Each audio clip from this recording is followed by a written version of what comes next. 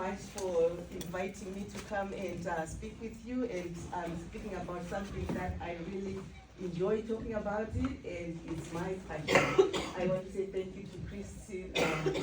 I met her in one of the organizations that she mentioned, the IMP, and we just met there, we were talking, and before we left, she said, I need to get your number, I want you to come to our chapter of the Sorority Miss. This was my first time to hear about the Sorority Miss. I said, what is that? And then she said, let's have the lunch and I will talk to you about that. So I just want to say thank you for her to introduce me to this wonderful organization. And one thing that excites me is that our mission are so, similar. When I was listening to what you were saying about Sorority Miss, it's really, really similar. There's really no difference to that. So it's a pleasure for me to be here and to be talking about something that you already know. First, I thought when I was thinking about talking and coming here, I said, well, I hope I'm not going to leave everybody depressed or grossed out, because trust me, what I will share with you can gross some people out. I've talked about this many times, and people will be like, oh my goodness, how can somebody do that? Some people will be like, oh my goodness, if your heart doesn't come out of your soul, something's wrong with you, because what I share, it can really cause you to do that. So I will give you a little background about myself. My name is Bongai Muhloi, pronounced Bongai Muhloi. Bongai means thank you, Lord. I was told my father named me, and I don't know, maybe you say thank God for giving me this beautiful child, I don't know, but that's what my name means. And I was born and raised in Zimbabwe. My mother had 12 children. Believe it or not, I don't know how she did that, but she did. May she rest in peace, but I'm so grateful for her. So we were 8 girls and 3 boys. Unfortunately, 2 girls passed away and 1 boy passed away. So we are left 6 girls and 2 boys, but we are a very close family. So growing up in Zimbabwe, from my family, I'm gonna fast forward and I'll go back and forth. So growing up, in Zimbabwe, I'm going to school. My mother and father, they were very educational. They really wanted all their children to go to school, but that was not the thing for all other families. Some families were like that, some families were not.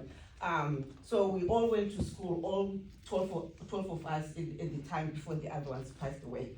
And I met my husband there in Zimbabwe. He was also from a big family, 12 as well. I don't know what was number 12 back then. But again, back then, the more children you have, the more people will say, oh, okay, it was like something expected for you to have 12 children. I only had 2. And my mother-in-law always gets on me on that. Say, if I didn't have your husband, he was number 7, you wouldn't be here. I said, okay. But every time I talk to her, she reminds me, she's 97 now, she's still alive. And every time I see her, she's like, I'm so mad at you. I had 2 children. So I have 2 boys. The older one is 40, he just turned 40 in January this year, he'll be 41 2024. And my other son is 33.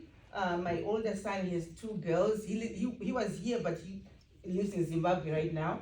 And he has 2 girls. My younger son here, he has 3 sons. So I'm the grandmother of 5, which I'm so proud of. I am a social worker by training. I went to Chain University because my husband and I, we both came here to get in education, in higher education, because his family was here. Most of his brothers, his sisters were here. So they also arranged for us to come here. So we came in the United States in 1985.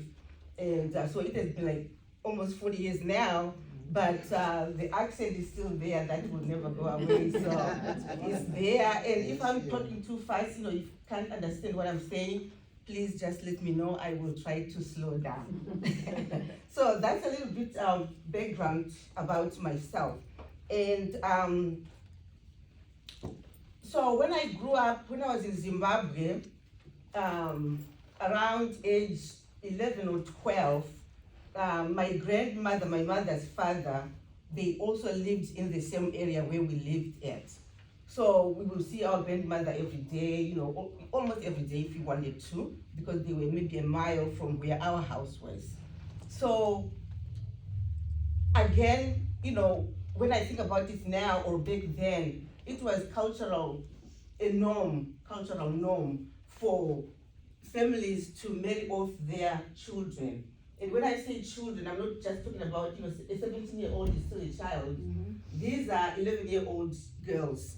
These are 12-year-old girls, 13, 14, that are married off to 60 years, 50 years, 75 years. So it was considered, you know, it's a norm for them. They didn't see anything wrong with that. That's why I also said, thank God my mom and my dad, they didn't see that as a norm. Not just my mom and my dad, but there were other families also who didn't believe in that. But my grandfather, my mother's father, he was 75 at the time. And I remember this like it was yesterday.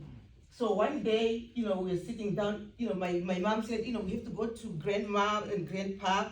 There's something going on there. She didn't explain in detail what was going on there. So we went over there. And then around dinner time, this family, mother, father, and the young girl, she was also the same age as I was, which was 11 years, I think it was 11 or 12. They came, we ate dinner, we thought, maybe this is a party or whatever. We sat down, we ate, and then after dinner, they went in a room, and whatever they talked about in the room, I don't know, because I wasn't, kids were not allowed to go in that room. So they went in there, talked about what they talked about, and then when they left, the girl was left there, and the mom and dad went back home. So after they left, we figured, okay, so they left the girl here, you know, what's going on? So we asked our mom. So it was my sister, I had two sisters. I told you my mom had 12 kids, so we were all like 2 years apart. So we were like, you know, the same age. My older sister was 2 years older than I am, and then me, and then my younger sister who was also 2 years younger than I was. So we asked our mom, I said, you know, why, you know, they brought her here and then they left and she's here. And she had like a little bag of clothes, like a little, you know, shopping bag, plastic bag, that's where her clothes were.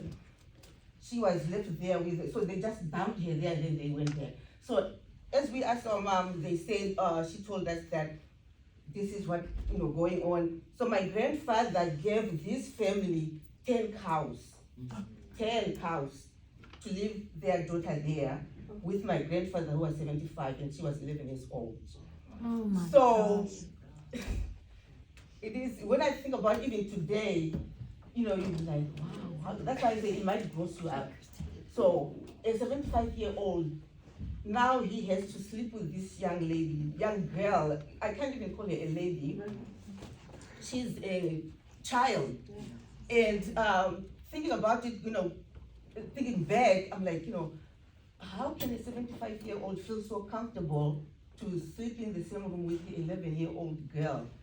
So anyway, you know, it was considered a norm back then, but you know, it just doesn't feel good or doesn't feel right. So time went on, we developed friendship with this girl because by the same way we're playing, and think about this, you know, she was now considered a married woman. So she's not supposed, I got mine here. So thank you. So she was now considered a married woman, so therefore she's not allowed to go and play with kids our age because we were, you know, children, and then we were going to school. She was not allowed to go to school. So she would tell us all the time, I really wanted to go to school. And she said that her ambition was to become a nurse. And when her parents told her that she has to go, you know, the girls would be told, not asked, they would be told that, you know, pack your clothes up, we are going to such and house, that's where you are going to, that's who is going to be your family from now on. whether you like it or not. You can't say why, you can't say, when am I coming back, why are you doing this to me? You just have to pack your clothes and then you go. That's the end of end of you. And they dump you there, they go back home and leave you there. You have to figure out how to live with that new family on your own. So we became friends with this young lady. Time went on, months went on, she's there, but every single day she will come to us after school, after we come back from school. She will tell us that, oh my gosh, I hate to be here. I don't even like to be here. I cannot stand being here. So we try to say, so what are you going to do? So she said, I'm planning to run away. But if I run away and go back to my parents, they will send me back here. Then, she said, I have to figure out how to do this and how to, and she said, please don't tell my, your grandfather that this is what we are planning. But remember, now we became friends, so we said, oh no, we are not going to tell. So we planned, we sat down and made a plan. Here is, it was myself, my sister, and her, 4 of us. Every day we're like, how do we do this? How is she going to run away? So we made a plan. We said, okay, one day you just pack your clothes, you don't say anything. Even if you want to leave your clothes here, it's okay. Wherever you run away to, you can get some clothes from there. So she said, okay, but it took a while for us to get to that point. So one day she said, I'm ready. So I said, okay. So she decided that she will pretend like she's going to sleep after dinner, and then she will take her little bag and sneak like she's just going to talk to other people outside, and she's gone. So now remember, now we were kids, we didn't think about, okay, so how are you going to, if you are going to catch a bus, if you are going to, walk, what are you going to, or where are you going? We never thought to ask that question. We just had this plan, but the plan we executed very well, because she was able to run away and they didn't, hear about her. So time went by and we had promised her that we won't tell. So we didn't tell anyone. So after some time, maybe 2 or 3 months, that's when we told our mom. We didn't tell our grandfather that she ran away, because they were looking for her, but we didn't say anything. So we told our mom that she planned to run away, and we knew that she was going to run away, but we didn't say. But my mom was, okay with that, because they also didn't like this young girl to be with her mom. I remember my mom was even asking her father, because my grandfather had other sons that were not married at the time, but at least they were not 75. They were still too old for her. But I think my uncle, one of my uncles who was not married, he was in his 30s then. So my mom was like, okay, Dad, why don't you maybe let your son marry? And he's like, oh no, I'm not giving her to him, because they were my cows that went to her parents. So she's mine. So, and my mom couldn't convince her father to do that. So this young woman, young girl, she was forced to sleep with her. But when I also think about it, because my grandmom was still living, she was there. So they would sleep in the same room. And she never got pregnant. But this is just my thought, I don't know if that's what happened, I don't know. But I think my grandmother was kind of like taking her in as her own grandchild, because this young girl, we were all the same age. So we just think, and I hope that's what happened, because as a child, she was a child, but now she was a wife. She was really expected to do wifely duties, which is to sleep with this old man.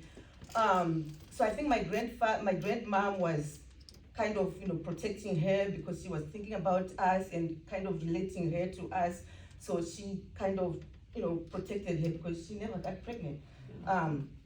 So that's what happened. That's why I said, it's going to gross you out. But again, it was cultural acceptable for men in the community to do that.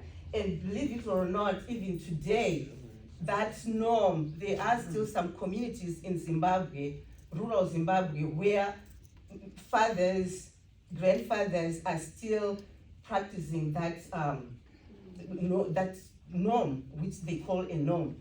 So that's why, in 2010, myself, because I grew up in Zimbabwe, I never forgot about, her name was Lucia, by the way, and I never forget her name. And one thing that disturbs me even up to today, we didn't know her last name as children.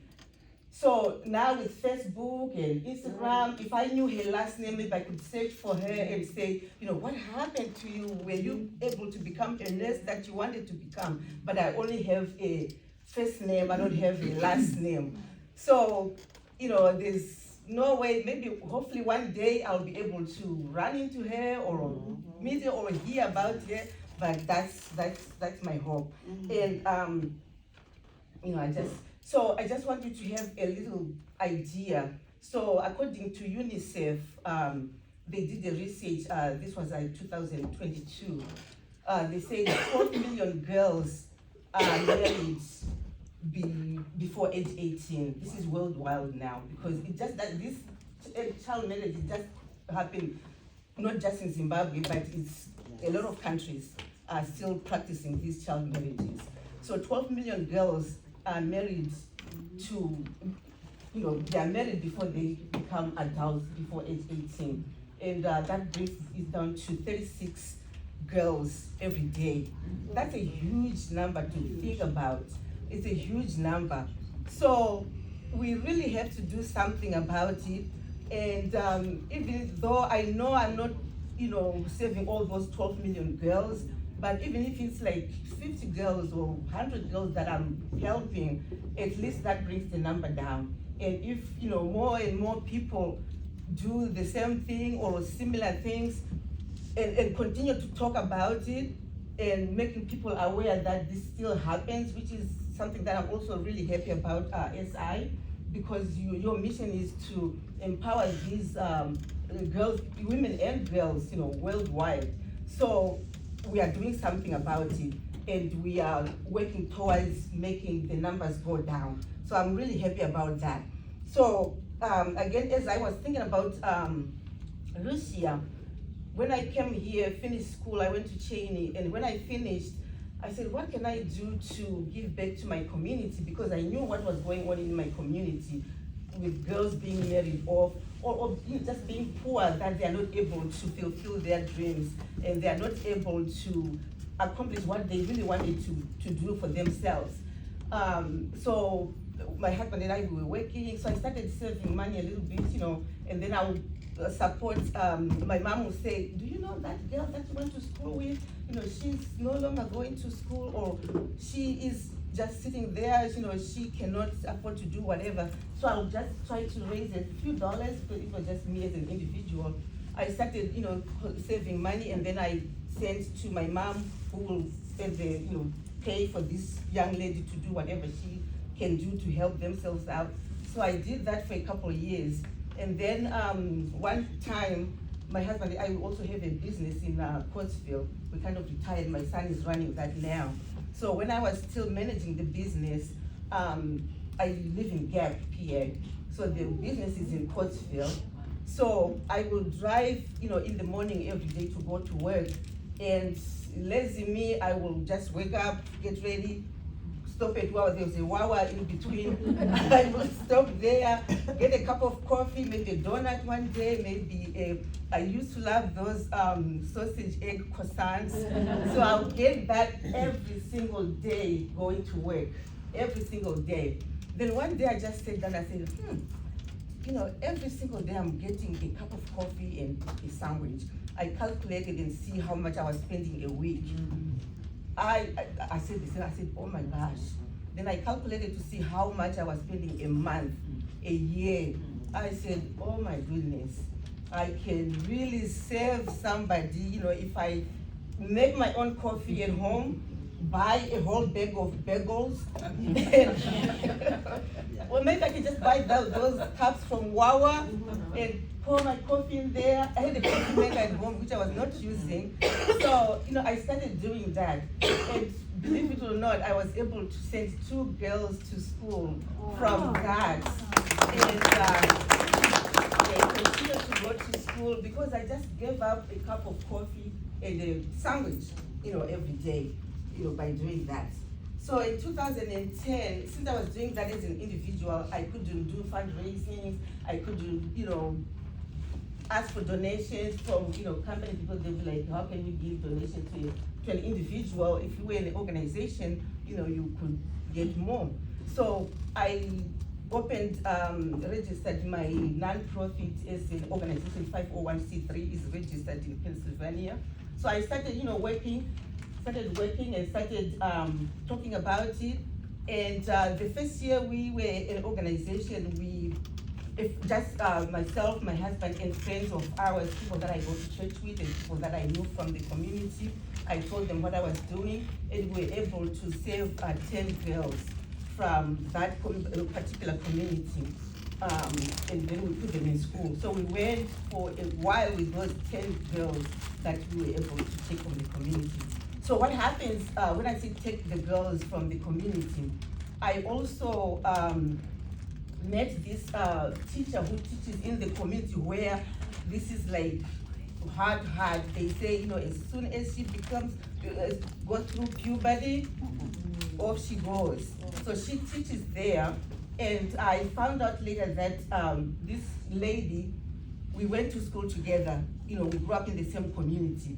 I can't remember how we met exactly as grown-ups after school. And she said, I teach at this school and this is what's going on. I said, oh my goodness. So this is, my organization also does this to empower these girls. So we connected.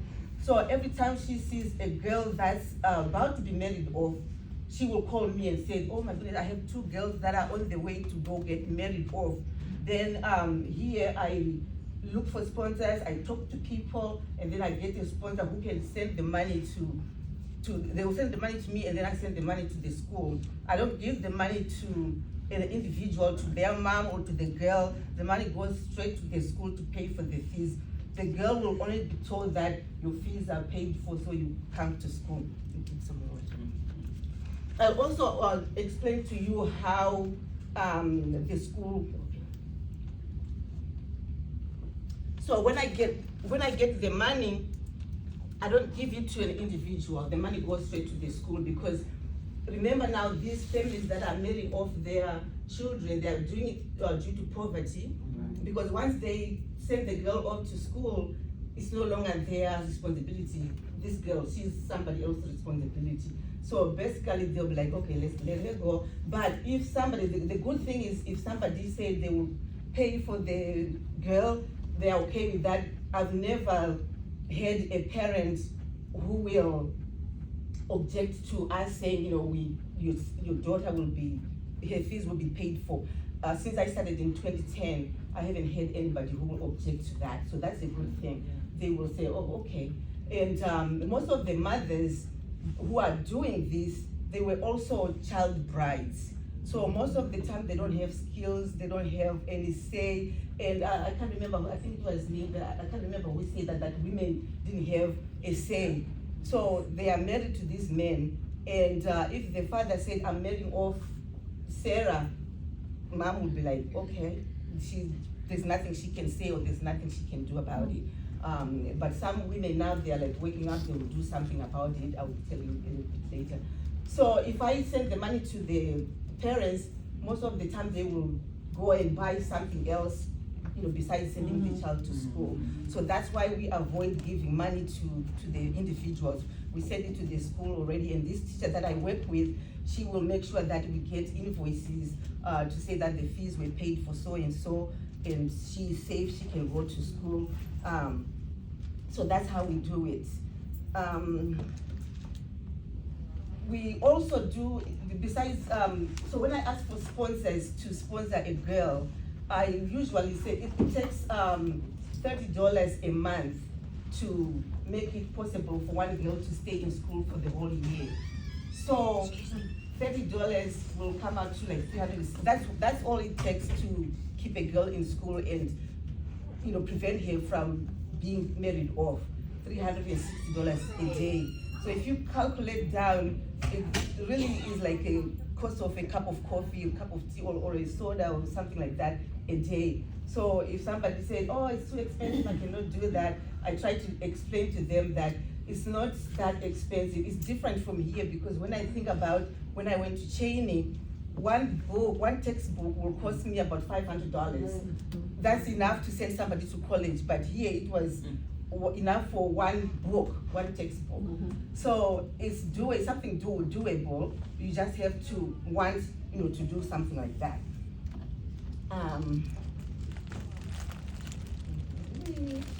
I try to write down questions that people would like me to answer.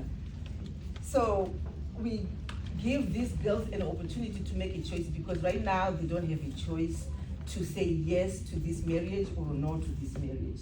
So as they stay in school, they continue to be children, that's one thing. And then they grow up, they finish school, they become who they want to become, and hopefully, to make the world better, for everybody. So that's why we do what we are doing. And I will share a few success stories with you. I have so many, but I picked a few because if I share. Also, if you go, I left business cards over there. My website is there, my phone number is there, and you can go on the website and see all some of our success stories. Or if you want later on maybe to call me and ask for more questions, I'll be more than happy to answer. But I'll share a few stories, our success stories. There was this when we started in 2010, there was this young girl. This is like my favorite story to tell because she was 12 or 13 at the time, and her parents had already found a guy to marry her. The guy was 60. She was 12 or 13. She was on her way going to be married. So the teacher that we work with, she called us and said, we have an emergency here. This is what's going on. This girl is on her way to be married. So we worked on it. We found a sponsor. We sponsored her, and then she went to school. So we started with her in, over there we call it Form 1. I think he is grade 9, right? Grade 9, 10, 11, 12. 9, 10, 11, 12. So in Zimbabwe, their system is Form 1, 2, 3, 4. That's Form 4 is grade 12. So we started with her. She finished grade 12, which is Form 4. She passed. Her ambition was to become a business owner or an accountant. So she said she wants to go to college. We worked on it. We got a sponsor for her. She went to college of her choice. She passed, she was passing all her classes. On third year, she met a boy who was also at the same university. They fell in love, which is a good word that I want to say, they fell in love. She was not forced to marry her. So they finished, they had one more year, they finished, they stayed another year after they graduated, and they got married. Now she's a mother of 2 boys, and she is working. She went to college for business. She has 2 businesses. She sells baby clothes, and then her other business is interior decoration. She likes to do that, which is something that she likes to do. And how empowering is that? Just because she was sponsored and she was able to finish school, and she met a man of her choice, got married, and now she is a mom herself. And the good thing, the best part about her is that she's also sponsoring a girl from this school where she went when we sponsored her. So just that, it's something that really makes my heart happy. And I like to talk about this so people can see that, if you give that commitment to someone, you can really change someone's life. Because I look back, I said, okay, if we didn't get her, she was just about to be married to this 60-year-old man. And 60-year-old men, they've been everywhere. Okay, she's only 11, she has not been anywhere. So she's exposed to all kinds of things, diseases, pregnancy. Her body is not even old enough to hold a pregnancy, to give birth. So she is at risk of dying, or maybe her child will die, because a lot of kids will die giving childbirth. Or if she survives, sometimes the baby dies, the baby doesn't survive. So she is at risk of a lot of different things. So when you see people succeeding like this, it's just many times since 2010, because it's hard work, to go talk about it and look for sponsors. You have to give a commitment of 4 years at least of paying 360 a year to support these girls. It's a lot of work. And many times I'll be like, after this year, I'm stopping this. Because we are all volunteers. People, myself, I don't get paid. The people that are helping me on the board, we are all volunteers. So I'll be like, oh my goodness, I'm taking people's time to do this. They're not getting paid. After this year, I'm done. I'm not doing it anymore. Then I think about them. I think about the girls that are finished school, they are successful, they are helping other girls in their communities. I'm like, okay, maybe one more year. And then one more year. So I'm still doing it. And so that's one of the girls. And then I have another girl, because once they finish grade 12, which is Form 4, they have a choice, they make their own choices. If you want to go to college, a lot of girls will be like, okay, I want to go to technical school. They will go to technical school, which could be, dressmaking. Like this dress I'm wearing was made by one of the girls who went to dressmaking technical college. So when I go, I have like so many dresses that they make me. And one girl, they make earrings, the earrings that I'm wearing. So they can go to dressmaking, hair, what do you call it, cosmetologists. They can do plumbing. They go to plumbing. Believe it or not, girls, they do that, which I was happy to see that it's no longer a boys' field anymore. They go to building. Like last year when I was in Zimbabwe, every time I go to Zimbabwe, I go to the school and visit the girls and have a workshop with them. So one day I went, it was something simple, but it made me so happy to see that girls are also interested in doing things like this. There was a girl who was doing bricklaying.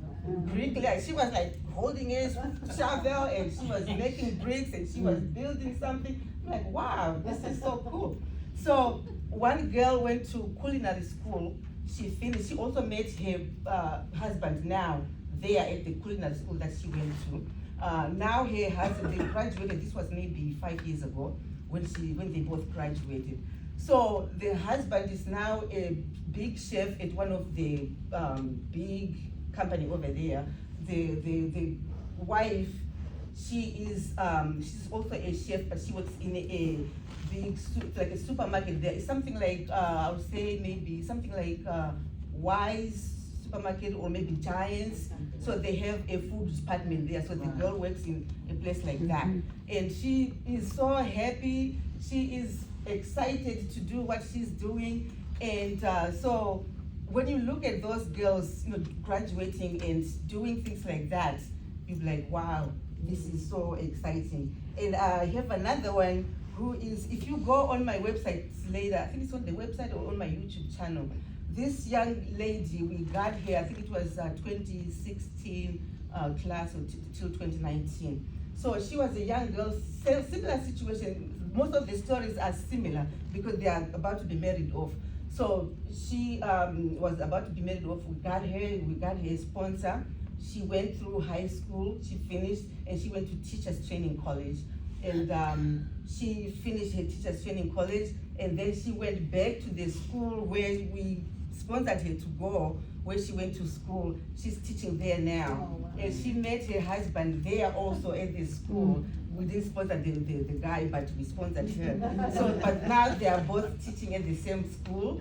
Now they have 2 children, and she's so happy. So I met her one day when I went to see the other girls.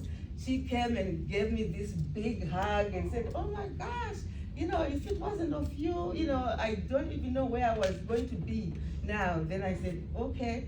A lot of them will ask me and say, oh my goodness, how can we ever thank you? And I tell them that, you don't really have to give me anything. You don't have to say thank you. If you also support someone who is in the similar situation that you were in, that's enough for me. Mm-hmm. So a lot of them are doing that. This young girl, she's also doing the same thing. So it's like a full circle now because they were helped, they finished school, they are working, now they can afford to help somebody else in their situation.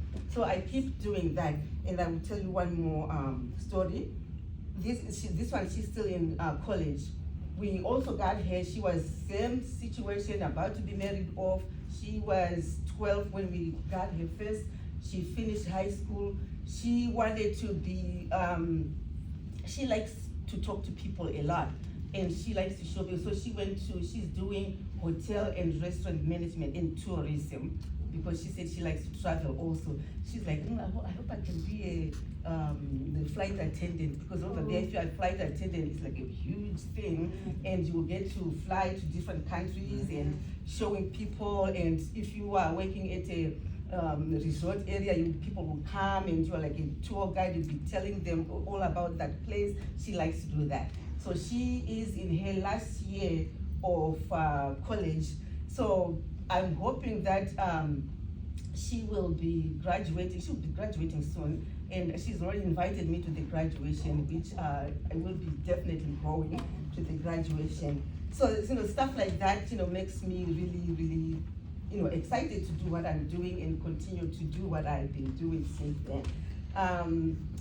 So I kind of like wrote a few questions that I think people will ask, because I don't know how time will let us for you to ask questions.